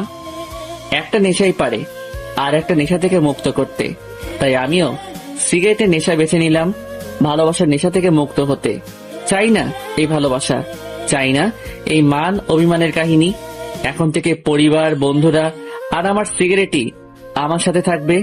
লাগবে না সেই ভালোবাসা নামের অভিশপ্ত জীবন। ভালো আমি বাসতে চেয়েছিলাম, কিন্তু ভালোবাসা আমাকে চাইনি। আজ থেকে আমিও ভালোবাসাকে চাবো না। ত্যাগ করলাম এই ভালোবাসা নামের নেশাকে। দুনিয়ায় নাকি ভালোবাসা ছাড়া চলা যায় না, তাহলে আমি কি দুনিয়ার বাইরে আছি নাকি? এখন থেকে নিজেকে নিজের মতো করে রাখবো আর দেখিয়ে দিব ভালোবাসা ছাড়াও জীবিত থাকা যায়। তারপর ঘুমিয়ে পড়ি। এভাবে পরিবার, এলাকার বন্ধুদের আর সিগারেটকে নিয়েই 5 দিন কাটিয়ে দিলাম। 5 দিন পর, হ্যালো শিহাব, ব্যাগ গুছাইছিস? বাবা গোছাচ্ছি তো। বাস কয়টায়? 10টায়। ওকে, আমি স্টেশনে অপেক্ষা করব। ঠিক আছে, সময় মতো স্টেশনে পৌঁছে যাইস, আমিও চলে আসবো। রাখি, ভালো থাকিস। ওকে ভাই। তারপর ফোনটা কেটে দিলাম। আমি ব্যাগ গোছাচ্ছি, তখনই আমার বোন তিহা আসে আর বলে, ভাইয়া আজকেই চলে যাবি? হ্যাঁ রে, ক্লাস আছে তাই যেতে হবে। তাই বলে মন খারাপ করবি নাকি? ভাইয়া কি চিরদিনের জন্য চলে যাচ্ছে নাকি? ভাইয়া উল্টোপাল্টা কথা বলবি না। আচ্ছা শোন, আম্মু আব্বুকে জ্বালাইস না, তাদের কথা শুনবি আর পড়াশোনা ভালোভাবে করবি, কেমন? আর নিজের খেয়াল রাখবি। তুই তোর খেয়াল রাখিস ভাইয়া। তারপর বোনের সাথে কথা শেষ করে আম্মু আব্বুর থেকে বিদায় নিয়ে চলে গেলাম বাস স্টেশনে। সেখানে হারামিগুলো উপস্থিত। বাবা তোরা সাবধানে যাইস। তাহলে আবার আসমো, আবার সবাই এর পিছনে আগুন লাগামো। আরে বেটা চিল কর, আমরা ঠিকভাবেই যাব। বাসে হর্ন দিল, মানে বাস ছেড়ে দিবে। আচ্ছা দোস্তরা, আমরা আসি, ভালো থাকিস তোরা। তোরাও ভালো থাকিস আর নিজেদের খেয়াল রাখিস। তারপর আমি আর শিহাব বাসে উঠে পড়ি, আর সাথে সাথে বাস ছেড়ে দেয় তার গন্তব্যের উদ্দেশ্যে। বাস চলছে আপন গতিতে, আর আমিও সেই 5টা দিনের কথা মনে করতে লাগলাম। কিভাবে যে দিনগুলো কেটে গেল। আসলে আপন মানুষগুলোর সাথে দিন কাটালে দিন যে কখন চলে যায় তা মনেও থাকে না। তাদের সাথে হাসি ঠাট্টায় মেতে থাকতাম, আর যখনই আমার সাইমার কথা মনে পড়তো বা ডিপ্রেশনে থাকতাম, তখনই শিহাব আমার পাশে থেকে আমার খেয়াল রাখতো। আসলে বলতে গেলে শিহাব আমার শুধু বন্ধুই না, সে আমার ভাইও বটে। কারণ সে আমার সবসময় খেয়াল রাখতো, পাশে থাকতো। কারণ সেও ভালো করেই জানে আমার অবস্থা কেমন ছিল। শিহাবের ব্যাপারে যত বলবো ততই কম হয়ে যাবে। শালার মতো মানুষ হয় না, কিন্তু সবচেয়ে অবাকের বিষয় হলো তার ভালোবাসার মানুষটাই তাকে বুঝতে পারলো না। ছেলেটা ছিনতাইকারী হয়েও কোনোদিনও কারো ক্ষতি করে নাই, শুধু ভয় দেখিয়েই ছিনতাই করত। আর আজ আমরা একে অপরের ভাইয়ের মতোই হয়ে গেলাম। এখন আমার মনে সাইমা নামের কেউ আর অবশিষ্ট নেই। তার একমাত্র কারণই হচ্ছে শিহাব আর সিগারেট। দুজন একত্রে হলেই ধরিয়ে দেই সিগারেট, আর এক টানের সাথে সাথে সকল চিন্তা, ডিপ্রেশন গায়েব। যাক, ভালোই হলো সিগারেটের নেশা করলাম। তবে আমি সাজেস্ট করব আপনারা আবার সিগারেট খাওয়া শুরু করে দিয়েন না। অনেকেই এই সিগারেট জিনিসটা শখের বসে খায়, আর অনেকেই নিজের আবেগ কষ্ট লুকিয়ে রাখতে সিগারেট খায়, যেমনটা আমি আর শিহাব করতেছি। আর এই 5টা দিনে একবারও আমি আমার অ্যান্ড্রয়েড ফোনটা অন করিই নাই, কারণ তার প্রয়োজনই পড়ে নাই। দেখলাম শালা শিহাব ঘুমায় গেছে, আমিও চিন্তা করলাম একটা ঘুম দেই। তাই আমিও নিজের সিটে বসেই দিলাম লম্বা একটা ঘুম। রাত 2:30 বাজবে মনে হয়। বাস বিরতির জন্য থামলো। থামার সাথে সাথেই আমার ঘুমটা ভেঙে যায়। যেহেতু বাস থামছে তাই আমিও উঠে যাই আর শিহাবকে ডাক দিলাম, শিহাব ওই শালা ওঠ। কি হয়েছে মামা? শালা বাস বিরতির জন্য থামছে, তাই যা ফ্রেশ হয়ে আয়। আমার কথা শুনে শিহাব উঠে গেল, আর আমরা দুজনেই বাস থেকে নেমে চলে গেলাম ফ্রেশ হতে। তারপর শিহাব গেল বাসের মধ্যে, আর আমি কিছু খাবারের জিনিস নিয়ে নিলাম দুজনের জন্য। আমি বাসে উঠে দেখি শালা আবার ঘুম, তাই আমি তার খাবার আমার ব্যাগে রেখে দেই, আর আমি নিজেরটা খেয়ে নেই। তারপর আবার দিলাম ঘুম। সকালে ভোরে বাস ঢাকায় পৌঁছে, আর বাস থামা মাত্রই কন্ট্রাক্টর আমাদেরকে ডাক দেয়, আর আমরা ঘুম থেকে উঠে পড়ি। তারপর আমাদের ব্যাগ নিয়ে চলে গেলাম সিএনজি স্ট্যান্ডে, আর সেখান থেকে সিএনজি নিয়ে সোজা আমার মেসের সামনে। তারপর দুজনে মেসে ঢুকে যাই। শিহাবের তো ঘুমের 12টা বেজে গেছে, তাই শালা আমার বেডে শুয়ে ঘুমিয়ে পড়ে। আর আমি যেহেতু জেগেই আছি, তাই ফজরের নামাজটা পড়ে নেই। তারপর আমি একটু বাইরে গেলাম হাঁটতে, আবার সেই ঢাকায় ফিরলাম। রাস্তায় হাঁটতেছি আর মনের ভিতরে শান্তি অনুভব করতে লাগলাম। আসলে এতদিন আমার মনটা অনেক ভারী মনে হতো, কিন্তু শিহাব আমার মনটা হালকা করে দিল। সে আমার ডিপ্রেশনের সময় আমার পাশে ছিল আর আমাকে ফুল সাপোর্ট করলো। শালারে যে পাবে সে সত্যি অনেক ভাগ্যবতী হবে। অনেকক্ষণ বাইরে ঘুরে আবার ম্যাচে চলে আসলাম। তবে আজকে ভার্সিটি যাইতে হবে, তাই ব্যাগ গুছিয়ে নিলাম। এরপর ব্রেকফাস্ট রেডি করে নিলাম। তারপর শিহাবকে ডাক দিলাম। শিহাইব্বা, কিরে বেটা, আর ঘুমানো লাগবো না, উঠ বেটা। মামা আরো একটু ঘুমাতে দে প্লিজ। শালা, জব ইন্টারভিউ কি আমি দিব নাকি? উঠ শালা, উঠে ফ্রেশ হয়ে নে, তারপর ইন্টারভিউতে যা। শিহাবরে কোনো মতে তুললাম। তারপর শালা গেল ফ্রেশ হইতে, আর আমিও চিন্তা করলাম আমার অ্যান্ড্রয়েড ফোনটা অন করি। তাই আমার নর্মাল সেট থেকে সিমটা খুলে আমার অ্যান্ড্রয়েড ফোন লাগিয়ে নেই, কারণ আমার এই সিমটাও অনেক কাজের। তারপর ফোনটা অন করে নিলাম এবং আমার স্টাডি টেবিলের উপর রেখে দিলাম। তারপর শিহাব আসে আর আমরা নাস্তা করে নিলাম। এরপর শিহাব ইন্টারভিউতে যাওয়ার জন্য রেডি হচ্ছে, আর আমি ফোন নিয়ে বসে পড়ি। 5 দিন ফোনের দুনিয়া থেকে নিজেকে সরিয়ে রাখছিলাম, আর আজকে আবার ফোন ধরলাম।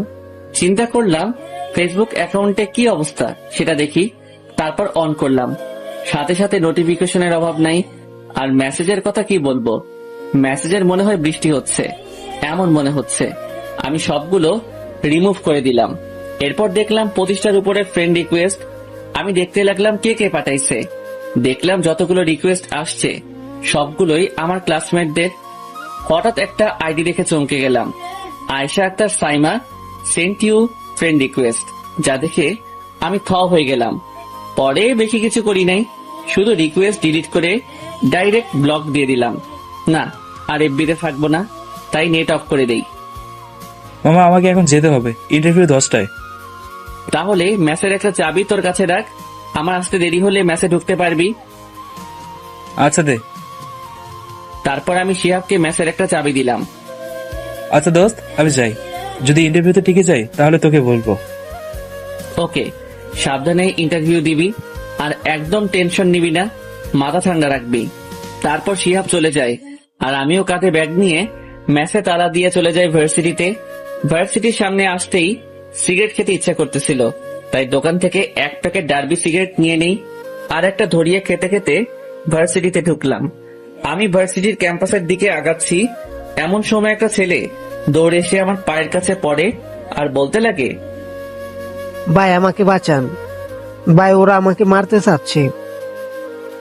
আমি ছেলেটাকে ধরে উঠাই আর বলি, কারা আপনাকে মারতে যাচ্ছে? ভাই ওই দেখেন ওরা আসতেছে আমাকে মারতে। আমি দেখলাম 5 জন আমার দিকে আসতেছে, তাদের হাতে লাঠি।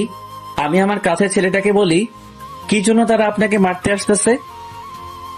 ভাই ওরা আমাকে ঝাঁক দিছিল, যার জন্য একটা মেয়ের হাতের থাপ্পড় খেতে হয়েছিল। আমি সেটা প্রিন্সিপাল স্যারকে বলি, কিন্তু তারা প্রিন্সিপাল স্যারকে হুমকি দেয়, যার জন্য আর স্যার কিছুই করতে পারে নাই। বড় লোকের ছেলে ভার্সিটিতে যা মন চায় করতে পারে, কেউ কিছু বলতে পারে না এদের। যদি কেউ এদের কথা না শুনে বা বিরুদ্ধে যায়, পরে এরা সবাই মিলে বিরুদ্ধে যাওয়া মানুষগুলোকে মারধর করে। ভাই আমরা মধ্যবিত্ত, তাই বলে কি আমরা নিশ্চিন্তে ভার্সিটিতে চলতে পারবো না? আমরা মধ্যবিত্ত বলেই কি অন্যদের গোলামি করব নাকি? ভার্সিটি তো সবার, তাহলে কেন আমরা বড় লোকদের গোলামি করব? আমাদের খাবার তো আর তারা দেয় না, তাহলে কেন তাদের কথা শুনে যাব? কেন তাদের বিরুদ্ধে কিছু করতে পারবো না? তারা বড় লোক বলে তারা মানুষ, আর আমরা মধ্যবিত্ত, তাই বলে আমরা মানুষ না? আসলেই আমরা সবাই তো মানুষ। মানুষের কাজ হচ্ছে একে অপরের পাশে দাঁড়ানো, সাহায্য সহযোগিতা করা। আর এই ভার্সিটিতে কি শুধু বড় লোকের ছেলে মেয়েরাই পড়াশোনা করে নাকি? না, এবার এদের টাইট দেওয়া লাগবে আমাকে। সেই 5টা ছেলে আমাদের কাছে আসে আর বলতে লাগে, এই ছেলেটাকে আমাদের হাতে তুলে দে। আমি পারবো না, আপনি এসে নিয়ে যান। আমার কাছে থাকা ছেলেটা বলে, ভাই আমাকে বাঁচান, আমি পরিবারের একমাত্র ছেলে, আমার কিছু হলে আমার বাবা মাকে কে দেখবে? তারা আমাকে অনেক কষ্ট করে পড়াশোনা করাচ্ছে। ভাই তারা আমাকে নিয়ে অনেক দেখে আছে, আমিও চাই আমার পরিবারের পাশে দাঁড়াতে। সেই 5টা ছেলের মধ্যে একটা ছেলে এসে আমার কাছে থাকা ছেলেটার হাত ধরে আর নিয়ে যেতে লাগে। আমিও সেই ছেলেটার হাত ধরে ফেলি। যে ছেলেটা আমার কাছে থাকা ছেলেটাকে নিয়ে যেতে নেয়, সে আমাকে বলে, এই ছেলেটার হাত ছাড়। ছাড়বো না। আমার মুখে সিগারেটটা অন্য হাতে দিয়ে নিয়ে, এই ছোট লোকের বাচ্চা, তুই আমার কথা শুনছিস না? হাত ছাড় বলতেছি, না হলে তার বদলে তোকে নিয়ে যাব। আগে তোর হাঁটার মতো অবস্থা থাকে নাকি সেটা দেখ। ছেলেটার হাত ছেড়ে আমার কাছে এসে আমার কলার ধরে, যা আমার মেজাজ 440 করে দেয়। কলার ছাড়। না ছাড়লে কি করবি তুই? ব্যাস, আমার হাতে থাকা সিগারেট সোজা সে যে হাত দিয়ে আমার কলার ধরছে সেই হাতে লাগিয়ে দিলাম, আর সাথে সাথে খুব জোরে তার গালে একটা ঠাস করে থাপ্পড় দিলাম। তবে থাপ্পড়টা একটু বেশি জোরে পড়ে, যার জন্য ছেলেটা নিচে পড়ে যায় আর তার মুখ দিয়ে রক্ত বের হতে লাগে। সে তার হাত দিতেই মুখ চেক করে। ছেলেটার অবস্থা দেখে সেখানে থাকা 4 জন থেকে 3 জন আমার কাছে দৌড়ে আসে। আমারও মেজাজ খারাপ হয়ে গেছে, চোখ লাল হয়ে গেছে। আমি যে ছেলেটাকে মারছি তার হাতে একটা লাঠি ছিল, সেটা হাতে নেই, আর অজরে সেই 3টাকে মারতে লাগি। তবে খুব খারাপ ভাবে মারতে লাগলাম, কারণ আমার ভিতরে রাগ জমে আছে। সেই রাগ ওভারলোড হয়ে গেছে, তাই ছেলেগুলোকে মারের মধ্যে দিয়ে নিজের রাগ ঝাড়তে লাগলাম। তাদের মেরে আধমোড়া করে দিলাম। দেখলাম একজন আছে, তার কাছে আমার কাছে আসা ছেলেটাকে নিয়ে যাই আর বলি, নে এবার এই ছেলেটাকে টাচ করে দেখা। কিরে কুত্তার বাচ্চা, টাচ কর না এবার। এতক্ষণ তো দেমাগ দেখালি, এখন তো আমি এই ছেলেটাকে তোর কাছে এনে দিলাম, মার না একে। কিন্তু ছেলেটা চুপ করে আছে, আর তার চোখে আমি ভয় দেখতে পাচ্ছি। আর খেয়াল করলাম ভার্সিটির সবাই আমার দিকে তাকায় আছে এবং তাদের চোখেও ভয় দেখতে পাচ্ছি। এতদিন ভার্সিটির সবাই আমাকে অজান্তেই খারাপ হিসেবে চিন্তা করত, কিন্তু আজ তারা আমার এই রূপ দেখে অনেক ভয় পেয়ে গেল। আসলে কিছুক্ষণ আগে আমি যাদের মারছি তাদের খুব খারাপ ভাবে মারছি, আর যারে থাপ্পড় দিছি আমার মনে হয় তার মারির দাঁত নড়ে গেছে। আমি সেই ছেলেটাকে বলতে লাগি, এই বড় লোকের বাচ্চা, ভার্সিটি কি তোর একার নাকি, নাকি তোর বাবা এটা শুধু তোর জন্য বানাই দিয়ে গেছে? এই ভার্সিটিতে যারা পড়ে সকলের অধিকার আছে নিজের মতো করে ভার্সিটিতে চলার, কিন্তু তোদের মতো বড় লোকেরা আমাদের মতো মধ্যবিত্তদের নিজের চাকর বানিয়ে রাখতে চাস। আমরা কি তোদের দেওয়া খাবার খাই নাকি, নাকি তোরা আমাদের বাসায় গিয়ে খাবার দিয়ে আসিস? এটা যদি বড় লোকদের ভার্সিটি হতো তাহলে তোরা যা মন চাই করতি, আমরা কিছুই বলতাম না। কিন্তু এই ভার্সিটিতে ধনী গরিব মিলে সবাই পড়ে, তার মানে এই না যে তোর চাকর হওয়ার জন্য আমরা ভার্সিটিতে আসছি। কি মনে করিস নিজেদের টাকা আছে বলে টাকার অহংকারী দেখাবি? যদি এতই টাকা থাকে তোদের তাহলে নিজেদের ভার্সিটি বানা আর সেখানে গিয়ে পড়। এখানে মরতে আসছিস কেন? আর টাকা আছে বলে কি যা ইচ্ছা তাই করবি নাকি? আর তোরা নাকি প্রিন্সিপাল স্যারকে ধমকাইছিস। এই কোথায় বাচ্চা, প্রিন্সিপাল স্যার কি লাগে তোদের? এত বড় হয়েও মুরব্বীদের সম্মান করতে শিখলি না? জানি না বাড়িতে মা বাবার সাথে কেমন আচরণ করিস তোরা। টাকা পেয়ে শিক্ষা ভুলে গেছিস তাই না? আর ভার্সিটি আসিস কি গুন্ডামি করতে? এতদিন আমি এই ভার্সিটিতে আছি, বিনা কারণে আমাকেও সকলের সামনে খারাপ বানানো হয়েছে। আমি কিছুই বলি নাই, কারণ আমি কিছু করলে প্রিন্সিপাল স্যারের উপরে প্রেশার আসবে। কিন্তু তোরা স্যারের সাথে অসভ্যতামি করলি, আবার স্টুডেন্টদের সাথে চাইছে তাই করতেছিস। এটা তো আর মেনে নিতে পারবো না। আর এখানে তো আর শুধু বড়লোকের ছেলেমেয়েরা পড়ে না, এখানে মধ্যবিত্ত নিম্নবিত্ত সকলে মিলেমিশে পড়তে আসে। কিন্তু তোদের মতো মানুষগুলোর জন্য এরা শান্তিতে থাকতেও পারে না। এতদিন আমি চুপ ছিলাম, কিন্তু এবার তোরা লিমিট ক্রস করে ফেলছিস। এতদিন ভালো হয়ে সকলে আমাকে খারাপ হিসেবে চিনত, কিন্তু আজ থেকে এই অন্তরের খারাপ রূপটাই দেখবি। তোদের মতো মানুষগুলোর জন্য এই অন্তর এবার খারাপ রূপ নিল, আর এই রূপ তোদের রুহু কাঁপাই দিবে। আমি দেখলাম প্রিন্সিপাল স্যার আমার কাছে আসতেছে, তাই আমিও ছেলেটার কলার ধরে স্যারের কাছে নিয়ে ছুঁড়ে মারি আর বলি, স্যারের পায়ে ধরে ক্ষমা চেতে শুরু কর, না হলে আর একটু আগে তোর পার্টনার গুলোরে যা মারছি তার থেকে আরো খারাপ কিছু করবো তোর সাথে। ক্ষমা চাওয়া শুরু কর। ছেলেটা সাথে সাথে স্যারের কাছ থেকে ক্ষমা চাওয়া শুরু করে দিল, আর আমিও দেখলাম ভার্সিটির সকল স্টুডেন্ট আমার দিকে তাকায় আছে। তাই আমিও ভার্সিটির সকলের উদ্দেশ্যে বলতে লাগি, আপনাদের সকলের উদ্দেশ্যে বলতেছি, এখন থেকে যদি কেউ আপনাদের সাথে কোনো অন্যায় করে কিংবা কেউ আপনাদের সাথে কোনো প্রকার খারাপ ব্যবহার করলে শুধু একটিবার আমাকে বলবেন। আমি জানি আমি খারাপ, তার মানে এই না যে আমি অন্যদের ক্ষতি করব, বরং আমি তাদের পিছেই পড়ব যারা অন্যদের পিছে পড়বে। আর এখন থেকে ধনী গরিবের ভেদাভেদ বন্ধ করে দিন, কারণ আমরা এখানে পড়তে আসছি, ভেদাভেদ বানাতে নয়। আর যারা আমার বিরুদ্ধে যাবেন যান, পরে নিজেরাই পস্তাবেন। আমাকে যদি এই ভার্সিটি থেকে বের করে দেওয়ার পরিকল্পনাও করে থাকেন করেন, তাতে আমার কিছুই আসে যায় না। কিন্তু এখন থেকে এই ভার্সিটিতে যদি কাউকে গুন্ডামি করতে দেখি, তাহলে আজকে এদের যা হাল করলাম তার জন্য এর থেকেও ভয়ঙ্কর কিছু করব। আর অনেক মানুষ দেখলাম যারা অন্যদের কথা শুনে মানুষকে মূল্যায়ন করে। আপনারা ভুলেও এমন হবেন না। হতে পারে আপনারা যাকে খারাপ হিসেবে চিনেন আসলে সেই প্রকৃত ভালো, তাকে আপনাদের সামনে খারাপ বানানো হয়েছে। আর মানুষ খারাপ হয় তার কর্মে, বললেই সে খারাপ হয়ে যায় না। আর অন্ধবিশ্বাস দূর করুন, মানুষের কথা শুনে অন্যকে দোষ দিবেন না। আগে তার সম্পর্কে ভালো করে জানুন, শুনুন, তারপর মানুষটাকে মূল্যায়ন করবেন। আর সর্বশেষ কথা, আমার থেকে একটু দূরত্ব বজায় রাখবেন। কাজের কথা ছাড়া অকাজের কথা বলে আমার মাথা গরম করাবেন না। তারপর আমি প্রিন্সিপাল স্যারকে বলি, স্যার আপনি এই ছেলেগুলোকে যা মন চায় আজকে শাস্তি দিতে পারেন, আমি আপনার পাশে আছি। না অন্তর, আজকে যা দেখলাম আমার মনে হয় না এদের শাস্তি দেওয়ার প্রয়োজন হবে। তারপর স্যার ছেলেগুলোর উদ্দেশ্যে বলে, সব কয়টা এখান থেকে এখনই চলে যা। তারপর ছেলেগুলো কোনো মতে উঠে চলে যায়। আর স্যার আমাকে বলে, অন্তর আমার সাথে আমার অফিস রুমে আসো, তোমার সাথে সেখানে কথা হবে। জি স্যার, আপনি যান, আমি আসতেছি। তারপর প্রিন্সিপাল স্যার চলে যায়। আর এবার আমার ভার্সিটির বন্ধুরা আমার কাছে এসে বলতে লাগে, শালা তুই কইছিলি? হারামি, তোর ফোন বন্ধ কেন? এই কুত্তা, কই গেছিলি তুই? ওই তার ছিড়া, কোথায় ছিলে এতদিন? আরে আজও আমি একটু বাসায় গেছিলাম, আম্মু ফোন দিছিল যেতে, তাই আমিও চিল হতে চলে গেলাম। আর ফোন মায়ের ভোগে চলে যায়, মানে নষ্ট হয়ে গেছিল, তাই ফোন বন্ধ ছিল।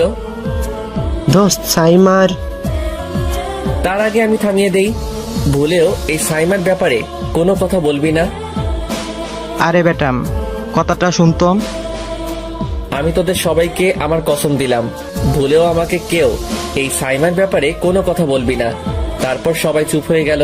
আর আমি বলতে লাগলাম, তোরা ক্যাম্পাসে আড্ডায় বয়, আমি প্রিন্সিপাল স্যারের সাথে কথা বলে আসি। তারপর স্যারের কাছে যেতে লাগলাম। আমি কিছুটা সামনে যেতেই সাইমা আমার সামনে এসে দাঁড়ালো, যা দেখে আমার মাথা গরম হয়ে গেল। সে আমার দিকে করুণ চোখে তাকিয়ে আছে, আর তার চোখেও পানি। কিন্তু আমি তাকে এড়িয়ে চলে গেলাম, আর একবারও পিছনে তাকালাম না। তবে মনে হলো সে আমাকে কিছু বলতে চায়, কিন্তু আমার তার প্রতি আর কোনো ইন্টারেস্ট নেই, তাই আমিও সাইমার দিকে মনোযোগ দিলাম না।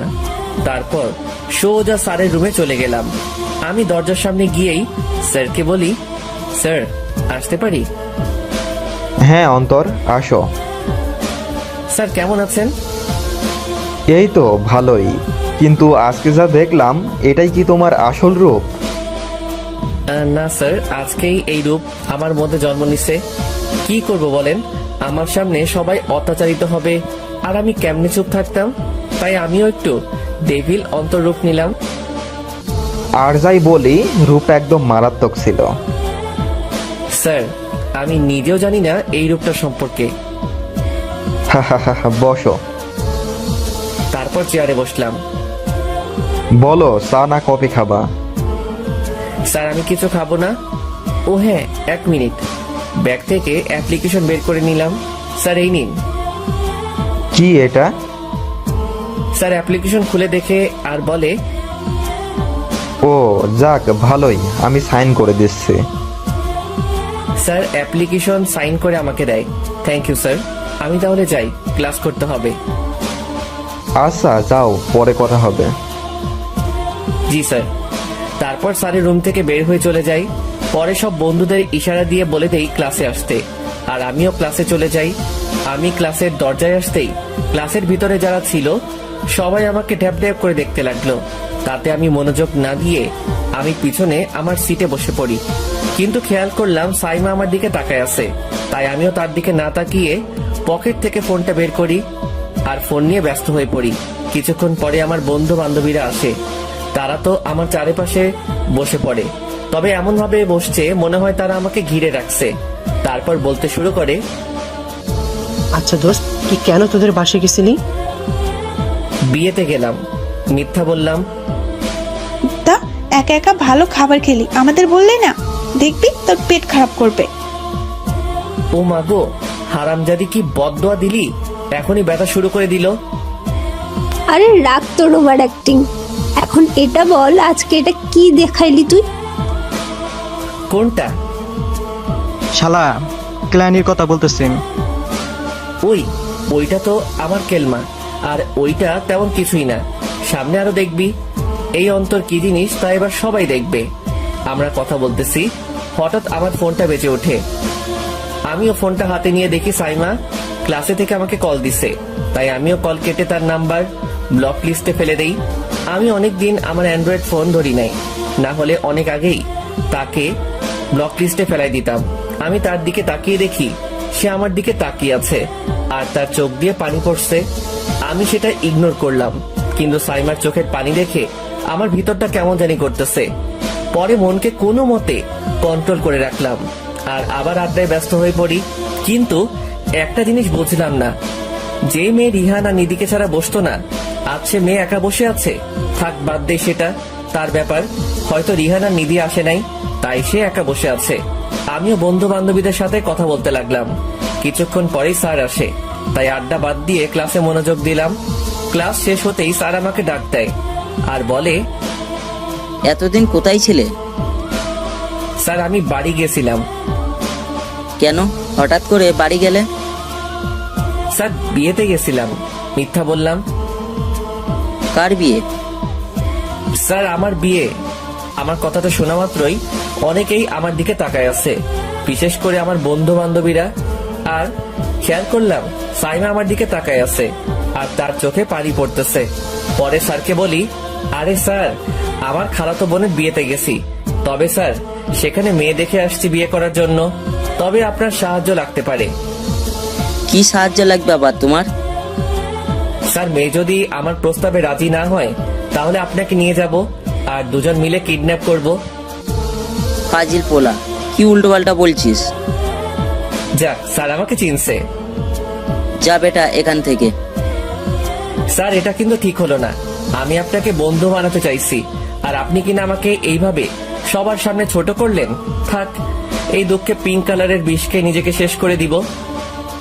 ধুর, তোর সাথে কথাই পারবো না বলে স্যার চলে গেল আর আমরাও ক্লাস থেকে বেরিয়ে গেলাম আর চলে গেলাম আড্ডায়।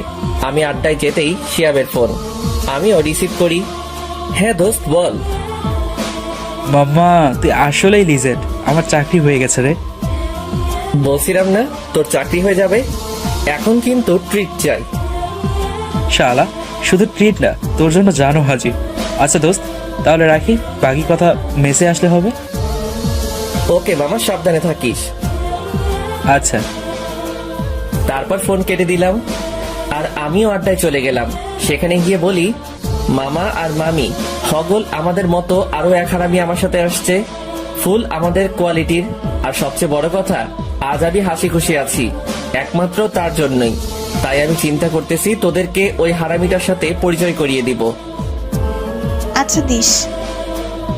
আমরা আড্ডা দিচ্ছি, এমন সময় রিহানকে দেখলাম। সাথে সাথে আমার ভিতরে শয়তানটা জেগে ওঠে। আমিও সাথে সাথে রিহানকে ডাক দিলাম। সেও আমার কাছে আসে। কি রে বড় লোকের বাচ্চা, কি খবর তোর? ভাই প্লিজ আমাকে ক্ষমা করে দে। আরে ভাই, কিসের ক্ষমা তোর?